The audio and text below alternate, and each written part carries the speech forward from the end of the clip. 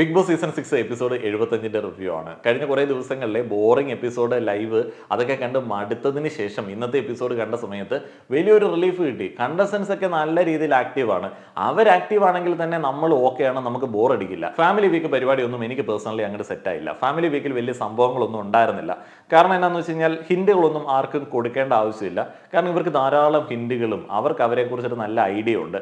പിന്നെ ഹിന്റ് കിട്ടിയാലും ഉപകാരപ്പെടുന്ന തരത്തിലേക്കുള്ള കണ്ടസ്റ്റൻസ് ഹൗസിലില്ല. പിന്നെ ഫാമിലിയൊക്കെ വന്ന സമയത്ത് ബിഗ് ബോസ് പറഞ്ഞ് പേടിപ്പിച്ച് അകത്തേക്ക് വിട്ടിരിക്കുന്നത് കൊണ്ട് അവരെന്താണ് പറയുന്നത് എന്നുള്ളതിനെ കുറിച്ചിട്ട് നമുക്ക് നല്ല ഐഡിയ ഉണ്ട്. ഈ വീക്കെൻഡിലേക്കൊക്കെ വന്ന സമയത്ത് ജാസ്മിൻ്റെ സൈഡൊക്കെ വീട്ടിൽ നിന്ന് വന്ന സമയത്താണ് ഞാൻ ലൈവ് തന്നെ കൂടുതലായിട്ട് ഒന്ന് നോക്കിയത്. അതുകൊണ്ട് തന്നെ വലിയ കാര്യമായിട്ട് റിവ്യൂ ലൈവ് അപ്ഡേറ്റ് ഒന്നും നമ്മൾ നൽകിയിരുന്നില്ല. കഴിഞ്ഞ ഒരാഴ്ച അങ്ങോട്ട് വിട്ടേക്കാം, കഴിഞ്ഞതിൻ്റെ മുമ്പിലത്തെ ആഴ്ചയും ഓൾമോസ്റ്റ് വിട്ടേക്കാം. അന്നൊന്നും ഗെയിം ഉണ്ടായിരുന്നില്ല.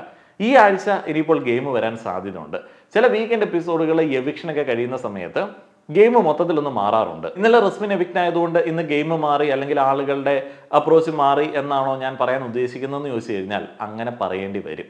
കാരണം എന്താണെന്ന് വെച്ച് കഴിഞ്ഞാൽ റസ്മിൻ ഉണ്ടായിരുന്നെന്നുണ്ടെങ്കിൽ ചില ആളുകൾ അങ്ങോട്ടും ഇങ്ങോട്ടും പറഞ്ഞു തീർക്കേണ്ട ചില പ്രശ്നങ്ങൾ അങ്ങോട്ടും ഇങ്ങോട്ടും പറയാതെ റസ്മിനോട് പറഞ്ഞ് അവിടെ അങ്ങോട്ട് അവസാനിപ്പിച്ചേനെ. പക്ഷെ അത് അവസാനിക്കൂ ഇല്ല, പുകയും ഇങ്ങനെ പുകഞ്ഞ് നടക്കുകയാണ്. കുറേയധികം കണ്ടസ്റ്റൻസ് ഇങ്ങനെ പുകഞ്ഞ് നടക്കുകയാണ്. അങ്ങനെ പുകഞ്ഞ് നടക്കുന്ന ആളുകളെ കാണുമ്പോൾ ഭയങ്കര മടുപ്പാണ്, ഭയങ്കര നെഗറ്റീവ് വൈബാണ്. ഇന്ന് അവർക്ക് പറയാൻ ആളുകളില്ല, കേൾക്കാൻ ആളുകളുടെ എണ്ണം കുറവാണ്. അതുകൊണ്ട് തന്നെ ജാസ്മിൻ കംപ്ലീറ്റ്ലി ഫ്രീ ആണ്. നോറയ്ക്ക് വേറെ ഒരു ഓപ്ഷനും ഇല്ല. നോറയ്ക്ക് മിടുക്കി എന്ന് ഇടയ്ക്ക് തോന്നിയ അൻസിബ നോറയ്ക്കെതിരെ തിരിഞ്ഞു. അൻസിബ നോറയ്ക്കെതിരെ തിരിയുന്ന സമയത്ത് ആളുകൾ മൈൻഡ് ഗെയിമർ എന്നൊക്കെ അൻസിബയെ വിളിക്കുന്നത്. എനിക്കത് മനസ്സിലാവുന്നില്ല എങ്ങനെയാണ് മൈൻഡ് ഗെയിമർ ആവുന്നതെന്നുള്ളത്. അൻസിബയ്ക്ക് കട്ട കലിപ്പാണ്. എന്നാണ് കലിപ്പ് തുടങ്ങിയത്? മറ്റേ പവർ ടീമിൽ വന്നതിന് ശേഷം. പവർ ടീമിൽ വന്നപ്പോൾ എങ്ങനെയാണ് കലിപ്പ് തുടങ്ങിയത്? നോറ ഇൻഡിപെൻഡന്റ് ആയിട്ട് ഒരു ഡിസിഷൻ എടുത്തു. അങ്ങനെ അൻസിബയും ഋഷിയും അഭിഷേകും എല്ലാം ക്രൂരന്മാരാണ്, റിസ്മിനും എല്ലാം ക്രൂരന്മാരാണ് എന്ന് ആളുകൾക്ക് തോന്നി. അത് തോന്നാൻ കാരണമായ ആ ഒരു സമയത്ത് നോറ അങ്ങോട്ട് പോസിറ്റീവായി ഉന്നം വെച്ചിരിക്കുകയായിരുന്നു. ആ ഒരു കളിയാണ് അൻസിബ ഇവിടെ ഇറക്കിയിരിക്കുന്നത്. അല്ലാതെ മൈൻഡ് ഗെയിം ഒന്നുമല്ല. ആ ഒരു കട്ട കലിപ്പിന്റെ പുറത്ത് വന്ന ഒരു ഗെയിമാണ് ഈ പേരൻസിന്റെ സംഭവം. ആ ഒരു പേരൻസിന്റെ സംഭവം ഇവിടെ നന്നായി വർക്കാവും എന്നുള്ളത് അൻസിബയ്ക്ക് അറിയാം. നോറയ്ക്ക് പ്രശ്നമൊന്നുമില്ല. കാരണം നോറയ്ക്കറിയാം നോറയുടെ ആ ഒരു ഗെയിം ചോദ്യം ചെയ്യപ്പെടുന്ന ഒരു ഗെയിമാണ്. അങ്ങനെ കരഞ്ഞ് മെഴുകങ്ങടെ ചെയ്തു കഴിഞ്ഞാൽ അത് പിടിക്കപ്പെടും എന്നുള്ളത് നോറയ്ക്കറിയാം. അപ്പോൾ അൻസിബ ആ ഒരു ഗ്രഡ്ജിൻ്റെ പുറത്താണ് ഈ ഒരു സാധനം അങ്ങോട്ട് എടുത്ത് അടിക്കുന്നത്. പിന്നെ അത് ഫെയർ ആയിട്ടുള്ള ഒരു അപ്രോച്ച് ആണ് എന്നുണ്ടെങ്കിൽ അത് ഇങ്ങനെ ഒരു ഗെയിമിൻ്റെ ഭാഗമായിട്ട് എടുത്തിടേണ്ട ആവശ്യമുണ്ടോ? അത് അവരുടെ ഫാമിലി മാറ്ററാണ്. ആ ഫാമിലി മാറ്റർ എടുത്ത് ഇടുന്ന സമയത്ത് അച്ഛൻ മകൾ, അച്ഛൻ അമ്മ മകൾ, ആ ഒരു റിലേഷൻഷിപ്പിനെ കുറിച്ചിട്ടൊക്കെ പുറത്തു നിന്നുള്ള ഒരാൾ ജഡ്ജ് ചെയ്യുന്ന സമയത്ത്, അതിനൊരു ഗെയിമിലേക്ക് എടുത്തിരുന്ന സമയത്ത് അതിനകത്ത് ഒരു മര്യാദക്കുറവുണ്ട്. അതുകൊണ്ട് തന്നെ ഇവിടെ അൻസിബ നല്ലതാണ്, നോറ മോശമാണ്, അല്ലെങ്കിൽ നോറ നല്ലതാണ്, അൻസിബ മോശമാണ് എന്നൊന്നും പറയാൻ പറ്റത്തില്ല. രണ്ടുപേരും നല്ല ഉടായ്പകളാണ്. ഞാൻ ഇന്നലെ തന്നെ നോറയുടെ ഒരു കാര്യം പറഞ്ഞിരുന്നു. നോറയ്ക്ക് താല്പര്യമില്ല എന്നുണ്ടെങ്കിൽ വീട്ടിൽ അത് ക്ലിയർ ആയിട്ട് കമ്മ്യൂണിക്കേറ്റ് ചെയ്യണം. നമ്മളുടെയൊക്കെ വീട്ടിൽ അങ്ങനെയല്ലേ? നമുക്ക് താല്പര്യമില്ലാത്തൊരു കാര്യം വീട്ടുകാർ നമ്മളോട് ചെയ്യാൻ പറയുന്ന സമയത്ത് നമ്മൾ അവരെ കൺവിൻസ് ചെയ്യുകയാണ്. ആ ഒരു കൺവിൻസിങ് പാർട്ട് നോറയുടെ കാര്യത്തിൽ ഫെയിലിയർ ആണ്. നോറ അവരുടെ അടുത്തുനിന്ന് പൈസയൊക്കെ വാങ്ങിച്ചിട്ട് പഠിക്കാനായിട്ട് ശ്രമിക്കുന്നു, അല്ലെങ്കിൽ അങ്ങനെ ചെയ്യാമെന്ന് അവർക്ക് ഓഫർ കൊടുത്തിട്ട് വേറെ ചില കാര്യങ്ങൾ, ഇൻട്രസ്റ്റ് ഉള്ള കാര്യങ്ങൾ ചെയ്യുന്നു. അതൊരു തരത്തിൽ പറ്റിക്കൽ തന്നെയാണ്. അപ്പോൾ അത് അൻസിബ പറഞ്ഞതിനകത്ത് കാര്യമൊക്കെ ഉണ്ട്. പക്ഷെ അത് ഇങ്ങനെ ഒരു വേദിയിൽ വെച്ച് ഇങ്ങനെ നിഷ്ഠൂരമായിട്ട് പറയുന്ന സമയത്ത് അതൊരു ക്യാരക്ടർ അസാസിനേഷൻ പോലെ ആവും. നമുക്കറിയില്ലല്ലോ, കൂടുതൽ കാര്യങ്ങൾ അറിയില്ലല്ലോ എങ്ങനെയാണ് അവിടെ എന്നുള്ള കാര്യങ്ങളെ കുറിച്ചിട്ടൊന്നും അറിയില്ലല്ലോ. ഇന്നലെ പറഞ്ഞ പോലെ തന്നെ നമ്മളുടെ ആ ഒരു പാഷൻ ഫോളോ ചെയ്യണമെന്നുണ്ടെങ്കിൽ നമ്മൾ നമ്മുടെ കൂടെയുള്ള ആൾക്കാരെ കൺവിൻസ് ചെയ്യണം. നമുക്കതിലേക്ക് കൂടുതലായിട്ട് പോവേണ്ട. എപ്പിസോഡ് 75 ഒരു പ്രോപ്പർ റിവ്യൂയിലേക്ക് പോയി കഴിഞ്ഞാൽ ഡിസ്നി പ്ലസ് ഹോട്ട്സ്റ്റാർ ഫാൻ കോൺടെസ്റ്റിന്റെ ഭാഗമായിട്ടാണ് അൻസിബ നോറ തമ്മിലുള്ള ഒരു സംഭവം ഉണ്ടാവുന്നത്. ഒരു ബസറിൽ നിന്ന് മറ്റൊരു ബസർ വരെയുള്ള ആ ഒരു സമയത്തിനിടയിൽ നോറ എങ്ങനെയാണ് പെരുമാറേണ്ടത്? എല്ലാത്തിനും തെറ്റുത്തരം പറയണം. അൻസിബ അപ്പം തന്നെ പറഞ്ഞു, നിനക്കാവുമ്പോൾ കൂടുതൽ എഫേർട്ട് ഇടേണ്ട ആവശ്യമൊന്നുമില്ലല്ലോ, ചുമ്മാ അങ്ങോട്ട് പെരുമാറിയാൽ മതിയല്ലോ. അപ്പോൾ തന്നെ നോറയ്ക്ക് അത് കൊണ്ടു. അപ്പോൾ അവരങ്ങോട്ടും ഇങ്ങോട്ടും ഒരു ടിപ്പിക്കൽ ഗേളിഷ് എക്സ്പ്രഷൻസ് കൈമാറുന്നത് കണ്ടിരുന്നു. അപ്പോൾ അത് രസമുണ്ടായിരുന്നു. ബിഗ് ബോസിന് മോർണിംഗ് ആക്ടിവിറ്റി ഒന്നും കൊടുക്കാൻ ഇപ്പോൾ തീരെ താല്പര്യമില്ല. അപ്പോൾ ഫാൻ കോൺടെസ്റ്റ് എന്ന് പറഞ്ഞൊരു പരിപാടിയാണ് നടത്തുന്നത്. പ്രേക്ഷകർ എന്താണോ പറയുന്നത് അത് അങ്ങോട്ട് കൊടുക്കും. അങ്ങനെ പ്രേക്ഷകർ കൊടുത്ത ഒരു പരിപാടി വളരെ ഭംഗിയായിട്ട് ഇന്ന് രാവിലെ വർക്കായി. ഓരോ ആളുകളും ഓരോ ചോദ്യങ്ങളൊക്കെ ചോദിക്കുകയാണ്. ജിൻഡോ ചോദിക്കുന്നുണ്ട്, റസ്മിനെ പുറത്താക്കാൻ ഒരുപാട് പരിശ്രമിച്ച് കാണുമല്ലോ, ശരിയല്ലേ? അപ്സര, നുണ പറയാൻ ക്ലാസ്സിന് വല്ലതും പോവാറുണ്ടോ എന്ന് നോറയോട് ചോദിക്കുന്നു. ഇല്ലാത്തത് പറയാൻ പോവാറുണ്ടോ എന്നുള്ളതും പിന്നീട് ചോദിക്കുന്നുണ്ട്. സിജോ, നോറ ജാസ്മിന് സൗഹൃദത്തിന്റെ റീസൺ എന്താണെന്ന് ചോദിക്കുന്നു. ഋഷി, ഈ ആഴ്ച സേഫ് ആയത് ദൈവത്തിന്റെ കരുണ കൊണ്ടാണോ എന്നുള്ളത് നോറയോട് ചോദിക്കുന്നു. അങ്ങോട്ട് വളഞ്ഞിട്ടങ്ങ് ആക്രമിക്കുകയാണ്. പക്ഷെ നോറയ്ക്ക് കരച്ചിൽ വരുന്നില്ല. നോറയ്ക്ക് കരയാതിരിക്കാൻ അറിയാം. കരയുന്നത് ഒരു ഗെയിമാണ് എന്ന് നോറ സമ്മതിക്കുന്നുണ്ട്. കരയുന്നത് ഒരു ഗെയിമാണ് എന്നുള്ളത് മുന്നേ നമ്മൾ പറഞ്ഞിരുന്നു. എന്നാൽ കരയുന്നത് ഗെയിമല്ല. എനിക്ക് അറിയില്ല ലാലേട്ടാ, എനിക്കറിയില്ല വീട്ടുകാരെ, ഞാൻ എന്തിനാണ് ഇങ്ങനെ കരയുന്നതെന്നൊക്കെ നോറ പറഞ്ഞിരുന്നു. വീട്ടുകാർക്ക് പോലും പുതുമയായി പോയി, എന്താണ് നോറ ഇങ്ങനെ കരയുന്നതെന്നുള്ളത്. ഈ ഒരു അവസരത്തിലാണ് അൻസിബ വജ്രായുധം എടുത്ത് നെഞ്ചത്ത് കുത്തിയിറക്കിയത്. ഒരൊറ്റ ചോദ്യം. സ്വന്തം വീട്ടുകാരെ പോലും നാട്ടുകാരുടെ മുന്നിൽ പിച്ചി ചീന്താൻ ഇട്ടുകൊടുത്ത് വിക്ടിം കാർഡ് കളിക്കാറില്ലേ നോറ എന്നൊരൊറ്റ ചോദ്യം. എന്ത് രസമായിട്ടാണ് ആ ഒരു ചോദ്യം ഫ്രെയിം ചെയ്ത് അങ്ങോട്ട് നെഞ്ചത്ത് കുത്തിയിറക്കിയത്. എന്ത് പറയാനാണത് കേൾക്കുന്ന സമയത്ത് അത് തന്നെയാണ് നോറ ചെയ്തത്. ശരിക്കും വീട്ടുകാരെ ഇട്ട് കൊടുക്കുകയാണ് ചെയ്തത്. ആ ക്യാമറയുടെ അടുത്ത് കഴിഞ്ഞ ദിവസം പോയിട്ടുള്ള പ്രഹസനം എന്ത് ബോറായിരുന്നു. അന്ന് അവർ പോയതിൻ്റെ രാത്രി തന്നെ ക്യാമറയുടെ അടുത്ത് പോയിട്ട് ഞാൻ അങ്ങനെയല്ല കേട്ടോ, അവർ പറയുന്നതെല്ലാം ഒന്നും ശരിയല്ല എന്നുള്ളൊരു ടോണിലുള്ള ഒരു സംസാരം. അപ്പോഴത്തേന് നോറ ഇതൊരു ടാസ്ക്കാണ്, ഇത് പേഴ്സണലായിട്ടുള്ള ക്വസ്റ്റ്യൻ ആയി പോയി, ഞാൻ അങ്ങനെയാണ് ഇങ്ങനെയാണെന്നൊക്കെ പറഞ്ഞ് ബഹളം ഉണ്ടാക്കുന്നു. ടാസ്ക് മറന്നു പോയിട്ട് അതിന് മറുപടി കൊടുക്കാനായിട്ട് പോകുന്നു. അപ്പോൾ ജിൻഡോയുടെ ഒരു പട്ടി ഷോ. ജിൻഡോ എന്തിനാണ് അങ്ങനെ ഷോ കാണിച്ചത്? ജിൻഡോയ്ക്ക് സ്പേസ് ഇല്ല. നോറയൊന്നും ജിൻഡോയുടെ അടുത്തേക്ക് പോകണില്ല. ജാസ്മിൻ ഇപ്പോൾ പഴയ പോലെ മൈൻഡ് ചെയ്യണില്ല. അതേപോലെ തന്നെ ജിൻഡോ എന്ത് പറഞ്ഞിട്ടാണ് ജാസ്മിനെ ടാർഗറ്റ് ചെയ്യുന്നത്. അതുകൊണ്ട് തന്നെ ജിൻഡോയ്ക്ക് ഇപ്പോൾ എങ്ങനെ പെരുമാറണം, എവിടെ പെരുമാറണമെന്നൊന്നും അറിയില്ല. ജിൻഡോ അപ്പോഴത്തേന് ഭീഷണിപ്പെടുത്തുന്നു.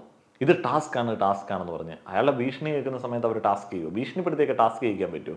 ഏതായാലും ആ ഒരു ഭീഷണി ഭയങ്കര കോമഡി ആയിരുന്നു. എന്തിനായിരിക്കാം പുള്ളി അത്രയധികം ഫേസൊക്കെ മാറ്റി ദേഷ്യപ്പെട്ടത്? എന്തെങ്കിലും ആയിക്കോട്ടെ. അപ്പോഴത്തേനും ബാക്കിയുള്ള ആളുകൾ അതിൽ ഇടപെട്ട് സമാധാനപ്പെടുത്തുന്നുണ്ട്. ഇവിടെ നിങ്ങൾ ശ്രദ്ധിച്ചിട്ടുണ്ടോ എന്നുള്ളത് എനിക്കറിയില്ല. വളരെ ഇൻട്രസ്റ്റിംഗ് ആയിട്ടുള്ള ഒരു സംഗതി നടക്കുന്നുണ്ട്.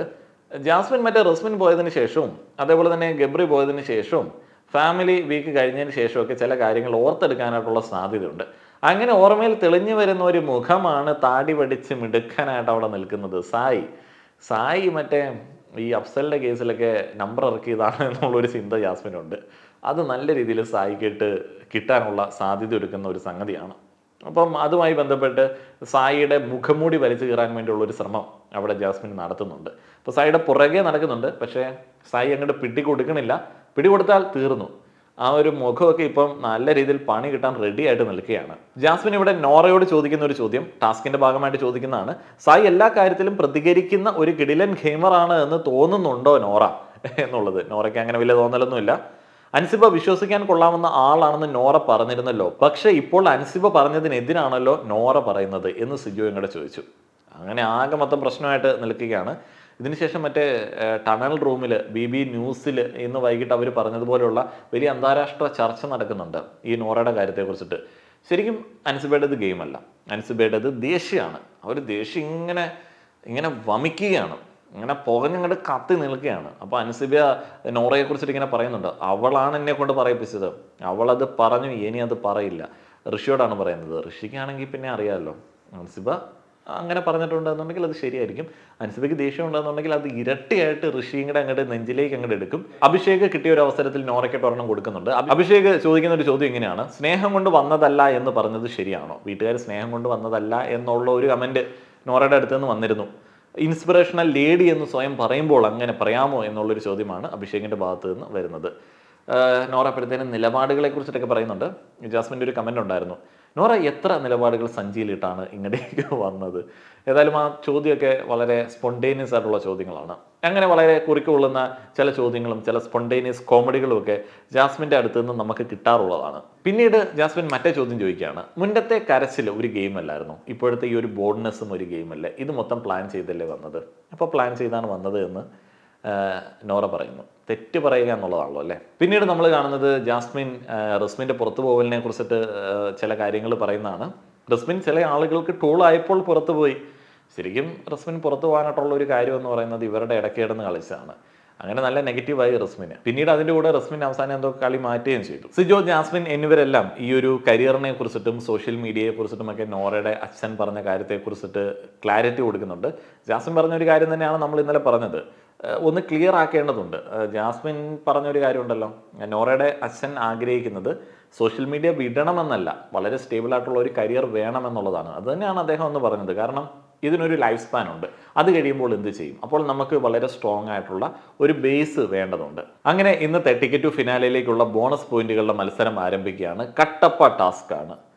കട്ടപ്പ ടാസ്ക് എന്ന് പറയുമ്പോഴത്തേന് കുറേയധികം കട്ടകൾ നിരത്തിയിട്ടുണ്ട്. ആ ഒരു കട്ടകളൊക്കെ പെറുക്കിയെടുക്കണം. പെറുക്കിയെടുത്തിട്ട് അതിനകത്ത് ബ്ലൂ കട്ടകൾ, റെഡ് കട്ടകൾ ടീമായിട്ട് നിന്ന് ഒരു ടീമിലെ ആളുകൾ അങ്ങോട്ടും ഇങ്ങോട്ടും ട്രാൻസ്ഫർ ചെയ്യണം. അങ്ങനെ ഒരു ബ്ലൂ കട്ട ഒരു റെഡ് കട്ട എന്നുള്ള ഒരു കോംബോ ഏറ്റവും കൂടുതൽ ഉണ്ടാക്കിയ ആളുകൾ ജയിക്കും. അങ്ങനെയാണ് ഞാൻ എക്സ്പ്ലെയിൻ ചെയ്തപ്പോഴത്തേന് ഇത്തിരി കോംപ്ലിക്കേറ്റഡ് ആയി പോയിട്ടുണ്ടാവും. ഞാൻ അതിൻ്റെ സ്ക്രീൻഷോട്ട്സ് ആഡ് ചെയ്തേക്കാം. പക്ഷേ ഇതിനകത്തൊരു സംഭവമുണ്ട്. ഈ ഹോളിൽ കൂടെ ഒരു ടൈമിൽ 2 ആളുകളും കൊടുക്കണം. അതാണ് ഗെയിം. പക്ഷേ ഇവർ ഒരു ടൈമിലൊന്നും അല്ല കൊടുത്തത്. നല്ല രീതിയിൽ ഉഡായിപ്പായിരുന്നു ആ ഒരു ഗെയിം. ആരും അങ്ങോട്ട് കേൾക്കുന്നില്ല. പിന്നെ ഇവർക്ക് ഒരു പ്രത്യേകിച്ച് ഐഡിയ ഒന്നുമില്ല. അങ്ങനെ ആ ഒരു ഗെയിം ഒരു തരത്തിൽ ഇങ്ങനെ നടക്കുകയാണ്. വലിയ കഷ്ടപ്പാടാണ് ഇതിൻ്റെ ഇടയ്ക്കൂടെ ഇതിങ്ങനെ കൊടുക്കാനായിട്ട്. അവിടെ ഒരു കോർഡിനേഷൻ കറക്റ്റായിട്ട് വരേണ്ടതുണ്ട്. അത് ഒരാൾ എടുക്കുന്നതൊക്കെ ശരിക്കും മറ്റൊരാൾ നോക്കിയിട്ടൊക്കെ മുകളിലോട്ട് പൊങ്ങിക്കഴിഞ്ഞാൽ ഇത് നമുക്ക് സെറ്റാക്കാൻ പറ്റും. പക്ഷേ അതിനുള്ളൊരു ടൈം ഇവരെടുക്കുന്നില്ല. ഭയങ്കര പെടപ്പാണ്. 2 ആളുകൾക്കാണ് ഒരു ടീമിൽ നിന്ന് മത്സരിക്കാനായിട്ട് പറ്റുക. പീപ്പിൾ ടീമിൽ നിന്ന് ശ്രീതു ആൻഡ് നോറ പോകുന്നു. ടണൽ ടീമിൽ നിന്ന് അപ്സര ആൻഡ് സായി പോകുന്നു. നെസ്റ്റിൽ നിന്ന് അഭിഷേക് ആൻഡ് ഋഷി. ഡെന്നിൽ നിന്നിട്ട് ജിൻഡോ ആൻഡ് നന്ദന. എങ്ങനെയൊക്കെയോ ആ ഒരു ഗെയിം തട്ടിക്കൂട്ടി അവസാനിച്ച സമയത്ത് നെസ്റ്റ് മുന്നിലെത്തിയിരിക്കുന്നു. ഡെന്ന് സെക്കൻഡ് 2 പോയിന്റുകൾ, ടണൽ തേർഡ് 1 പോയിന്റ്, പീപ്പിൾ ടീമിന് 0 പോയിന്റ്. നാളെ ഒരു ഡേ കൂടെ ഉള്ളൂ ഈ ബോണസ് പോയിന്റുകൾ നേടാനായിട്ടുള്ള ഒരു അവസരം. ഇന്ന് തന്നെ 8ാമത്തെ ടാസ്കും ഉണ്ടായിരുന്നു. ഒരു ടീമിൽ നിന്ന് 2 ആളുകളാണ് ഈ ഒരു ടാസ്കിൽ പങ്കെടുക്കേണ്ടത്. 2 ആളുകൾ പങ്കെടുക്കുന്ന സമയത്ത് മാറി മാറി നമുക്കിത് ചെയ്യാനായിട്ട് പറ്റും. ഇത്തിരി ടഫ് ടാസ്ക് ആയിരുന്നു. ഒരു പാത്രത്തിൽ ഒത്തിരി പേപ്പർ തുണ്ടുകൾ ഇട്ടിരിക്കുകയാണ്, പല കളറിലുള്ളത്. കാണുമ്പോൾ വളരെ സിമ്പിളായിട്ട് തോന്നും, പക്ഷെ നല്ല ടഫ് ടാസ്ക് ആണ്. അത് ഊതി വിടുക എന്ന് പറഞ്ഞാലേ ഈ കാറ്റ് പുറത്തേക്ക് ഊതുന്ന അത്ര വലിയ സിമ്പിൾ പരിപാടിയൊന്നും അല്ലല്ലോ. നമുക്കറിയാമല്ലോ, മറ്റേ ബലൂൺ ഊതി കഴിയുമ്പോൾ തന്നെ നമ്മൾ വയ്യാണ്ടായി പോകും. അങ്ങനെ നന്ദനെ ഊതി പ്രാണൻ ഇങ്ങോട്ട് ആ വഴിക്ക് അങ്ങോട്ട് പോയെന്ന് തോന്നുന്നു കുറച്ച് നേരത്തേന്. പാഷാണ ഷാജി മറ്റേ അമർബ്രം തോണിക്കകത്ത് വീഴുന്നത് പോലെ ദാണ്ട കിടക്കുന്നത് താഴെ. നമുക്കറിയാം എൻ്റെ ബുദ്ധിമുട്ട്. ഏതായാലും ആ ഒരു ടാസ്ക് വളരെ ഭംഗിയായിട്ട് ചെയ്ത ഒരാൾ അർജുനാണ്. അർജുൻ്റെ ആ ഒരു സ്ട്രാറ്റജി ആളുകൾ കോപ്പി അടിക്കാനായിട്ടൊക്കെ നോക്കുന്നുണ്ട്. അപ്പോൾ ആരൊക്കെയാണ് അത് ചെയ്തതെന്ന് ഞാൻ പറയാം. അർജുൻ ആൻഡ് അഭിഷേക് നെസ്റ്റിൽ നിന്ന് വരുന്നു. 1 മിനിറ്റ് 10 സെക്കൻഡ് കൊണ്ട് അവർ ഫുള്ള് ഊതി പുറത്ത് കളഞ്ഞു. രണ്ടാമത് വരുന്നത് സായി ആൻഡ് അപ്സരയാണ്. 2.6 മിനിറ്റ് കൊണ്ട് അവർ അത് മുഴുവൻ കംപ്ലീറ്റ് ചെയ്യുന്നു. ഡെന്നിൽ നിന്ന് ജിൻഡോ ആൻഡ് നന്ദന വരുന്നു. 7 മിനിറ്റ് 16 സെക്കൻഡ് എടുത്തു. നന്ദന വയ്യാണ്ടായിപ്പോയി. ഫസ്റ്റ് നെസ്റ്റ് അടിച്ചിരിക്കുന്നു, സെക്കൻഡ് ടണൽ അടിച്ചിരിക്കുന്നു, തേർഡ് പീപ്പിൾ ടീം അടിച്ചിരിക്കുന്നു. ഇതിനുശേഷം നമ്മൾ കണ്ടത് BB6 ന്യൂസ് ആണ്. നല്ല രസമുള്ളൊരു പരിപാടിയായിരുന്നു. ഇന്ന് മോർണിംഗ് ആക്ടിവിറ്റി അല്ല മോർണിംഗ് സോങ് മുതലുള്ള പരിപാടികൾ വളരെ രസകരമായിട്ട് അപ്സര അവിടെ റിപ്പോർട്ടേഴ്സിനെ കൊണ്ട് പ്രസൻറ്റ് ചെയ്യിപ്പിക്കുന്നുണ്ട്. സിജു ഒരു റിപ്പോർട്ടറാണ്, സായി ഒരു റിപ്പോർട്ടറാണ്. അതേപോലെ തന്നെ നുണയും കൊതിയും എന്നുള്ളൊരു പങ്ക്തിയിൽ ഏറ്റവും കൂടുതൽ പെർഫോം ചെയ്ത ആളുകൾ ആരൊക്കെയാണ്? അൻസിബ ആൻഡ് ഋഷിയാണ് എന്നൊക്കെ അവർ പറയുന്നു. അൻസിത്തയുടെ നോറക്കുട്ടി എന്ന സ്ക്രിപ്റ്റ് കീറിപ്പോയതിനെ കുറിച്ചിട്ടും സിജോ പറയുന്നുണ്ട്. അവർ തമ്മിൽ വലിയ ചക്കരയടയൊക്കെ ആയിരുന്നല്ലോ. ഇപ്പോൾ രണ്ടുപേരും കൂടെ വലിയ പ്രശ്നത്തിലാണ് അങ്ങോട്ടും ഇങ്ങോട്ടും. അർജുൻ്റെ കട്ട് തീറ്റയെക്കുറിച്ചിട്ടും അവർ TV-യിൽ കൂടെ നാട്ടുകാരെ മുഴുവൻ അറിയിച്ചു. ഇതിനുശേഷമാണ് വളരെ രസകരമായിട്ട് ജാസ്മിൻ കുറേയധികം ആളുകളുടെ മാനർസ് ഇമിറ്റേറ്റ് ചെയ്യുന്ന ചില സംഭവങ്ങൾ കണ്ടത്. ഇപ്പോൾ ലൈവായിട്ട് കാണാൻ പറ്റുമായിരിക്കും. നല്ല രസമുണ്ടായിരുന്നു. കറക്റ്റായിട്ട് ഒബ്സർവ് ചെയ്യുന്നുണ്ട്. ഇങ്ങനെ ഇതിലെയൊക്കെ തെറ്റിത്തിരിഞ്ഞ് നടന്നാലും ഈ ആളുകളുടെ മാനേഴ്സൊക്കെ ഒബ്സർവ് ചെയ്യുക എന്ന് പറയുമ്പോഴത്തേന് ഒരു ഗെയിമിൽ വളരെയധികം നല്ലതാണ്, ഇത് വേണ്ടതാണ്. നന്ദനയൊക്കെ പെർഫെക്റ്റ് ആയിരുന്നു, അപ്സര പെർഫെക്റ്റ് ആയിരുന്നു, നോറ ഓക്കെ ആയിരുന്നു, നോറയും ഓക്കെ ആയിരുന്നു. ബാക്കി ആൾക്കാരുടെ ഞാൻ കണ്ടില്ല. ഏതായാലും നല്ല രസമുള്ള ഒരു ദിനമായിരുന്നു. ഈ ഒരു എനർജി ഇതേപോലെ പിടിക്കുകയാണെന്നുണ്ടെങ്കിൽ നമ്മൾ ടോപ്പ് 5-ൽ പറഞ്ഞ ആളുകൾക്ക്, ടോപ്പ് 3-ൽ പറഞ്ഞ ആളുകൾക്ക് ആർക്കെങ്കിലും ഒരാൾക്ക് കപ്പ് കിട്ടുകയാണെന്നുണ്ടെങ്കിൽ ആളുകൾ ചുമ്മാ അനർഹമായിട്ട് നിങ്ങൾ കപ്പ് നേടിയെന്ന് പറയില്ല. അപ്പോൾ ഈ ഒരു എനർജി അങ്ങോട്ട് പിടിച്ചു പോയാൽ മതിയായിരുന്നു. അപ്പോഴത്തേനും നമുക്ക് ബോറും അടിക്കത്തില്ല. നിങ്ങളുടെ അഭിപ്രായങ്ങൾ അറിയാൻ ആഗ്രഹമുണ്ട്. നന്ദി.